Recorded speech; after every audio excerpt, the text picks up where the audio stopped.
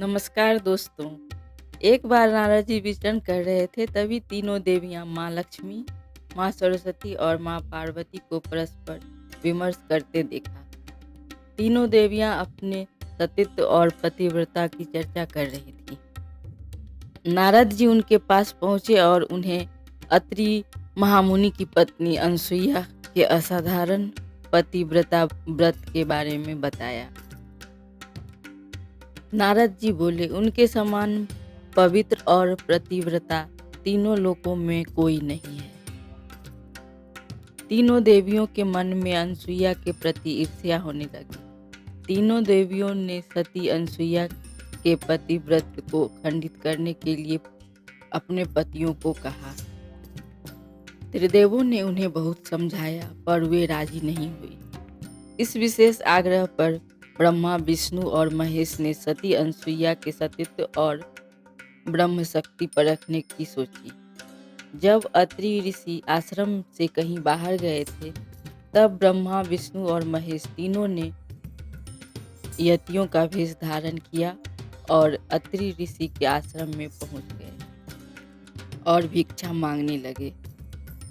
अतिथि सत्कार की परंपरा के चलते सती अनसुईया ने त्रिदेवियों का उचित रूप से स्वागत कर उन्हें खाने के लिए निमंत्रित किया।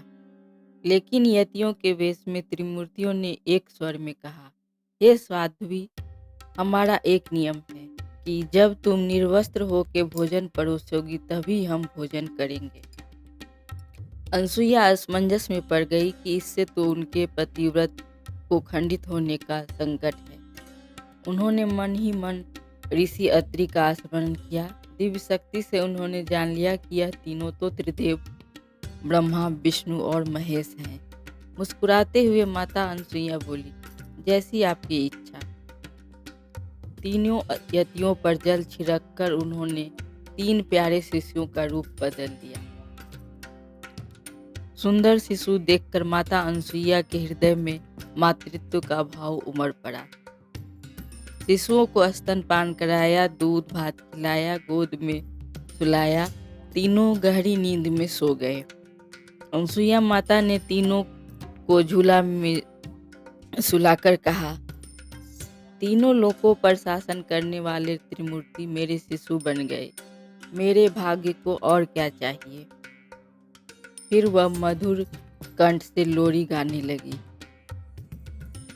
उसी समय कहीं से एक सफेद बैल आश्रम में पहुंचा। एक विशाल गरुड़ पंख फड़फड़ाते हुए आश्रम में उड़ने लगा और एक राजहंस कमल को चोंच में लिए हुए आया और आकर द्वार पर उतर गया। यह नजारा देखकर नारद, लक्ष्मी, सरस्वती और पार्वती आ पहुंचे। नारद ने विनय पूर्वक अनसुईया से कहा, माते, अपने पतियों से संबंधित प्राणियों को आपके द्वार पर देखकर यह तीनों देवियां यहाँ पर आ गई हैं। ये अपने पतियों को ढूंढ रही थी। इनके पतियों को कृपया इन्हें सौंप दीजिए। अनसुईया ने तीनों देवियों को प्रणाम करके कहा, माताओं, झूला में सोने वाले शिशु अगर आपके पति हैं तो आप इन्हें ले जा सकती हैं। लेकिन जब तीनों देवियों ने तीनों शिशुओं को देखा तो एक समान लगने वाले तीनों शिशु गहरी नींद में सो रहे थे। इस पर लक्ष्मी, सरस्वती और पार्वती भ्रमित होने लगी। नारद ने उनकी स्थिति जानकर उनसे पूछा, आप क्या अपने पति को पहचान नहीं सकती? जल्दी से अपने अपने पति को गोद में उठा लीजिए। देवियों ने जल्दी में एक एक शिशु को उठा लिया। वे शिशु एक साथ त्रिमूर्ति के रूप में खड़े हो गए। तब उन्हें मालूम हुआ कि सरस्वती ने शिव जी को, लक्ष्मी ने ब्रह्मा को और पार्वती ने विष्णु को उठा लिया है।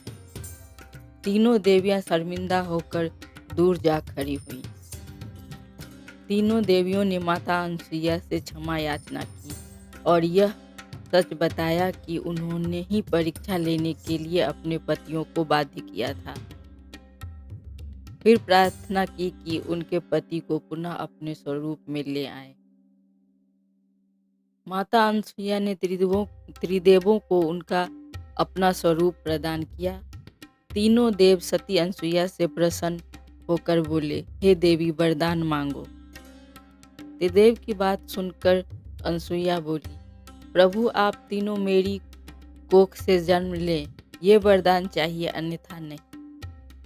तभी से वह माँ सती अनसुईया के नाम से प्रख्यात हुई तथा कालांतर में भगवान दत्तात्रेय के रूप में भगवान विष्णु का, चंद्रमा के रूप में ब्रह्मा का तथा दुर्वासा के रूप में भगवान शिव का जन्म माता अनसुईया के गर्भ से हुआ।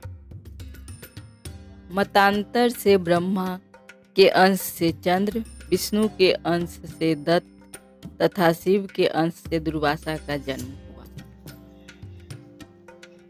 अगर आपको ये वीडियो पसंद आया हो तो इसे लाइक कीजिए और अपने जानने वालों के साथ शेयर कीजिए। साथ ही चैनल को सब्सक्राइब करना और बेल आइकन को दबाना ना भूलें। अगर दोस्तों आपके पास कोई सवाल या सुझाव हो तो कमेंट सेक्शन में बताना ना भूलें। धन्यवाद।